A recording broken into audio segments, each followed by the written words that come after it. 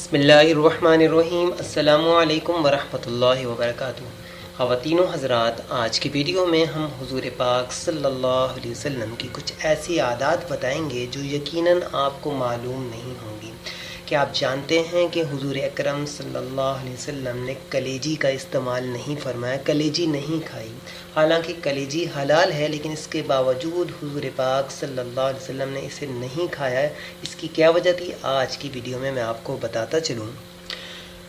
اللہ کے رسول صلی اللہ علیہ وسلم نے اپنی تعلیمات میں اور اپنے عمل سے یہ ثابت کیا، اور اللہ کے رسول نے صفائی کا بے حد اہتمام فرمایا، اپنی ساری زندگی میں صفائی کا بے حد اہتمام فرمایا، خاص طور پر دانتوں کی صفائی۔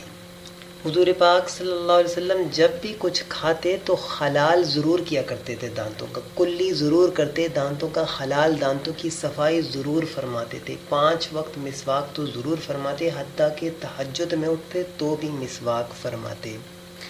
تو دانتوں کا بے حد اہتمام فرماتے، ان کی صفائی کا، ان کی ستھرائی کا، اور اپنی زندگی میں ایسی چیزیں اللہ کے رسول نے استعمال نہیں فرمائی جن سے بدبو آتی ہو، مطلب جن سے ہیک آتی ہو، جن کی بدبو دھیر سے جاتی ہو، وہ چیزیں اللہ کے رسول نے استعمال نہیں کی، جن میں سے ایک کلیجی بھی ہے۔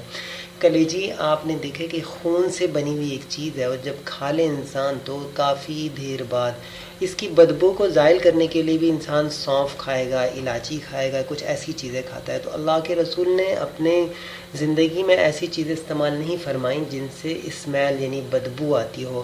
کچی پیاز اللہ کے رسول نہیں استعمال فرمایا کرتے تھے کہ اس کی بدبو منہ میں رہ جاتی ہے۔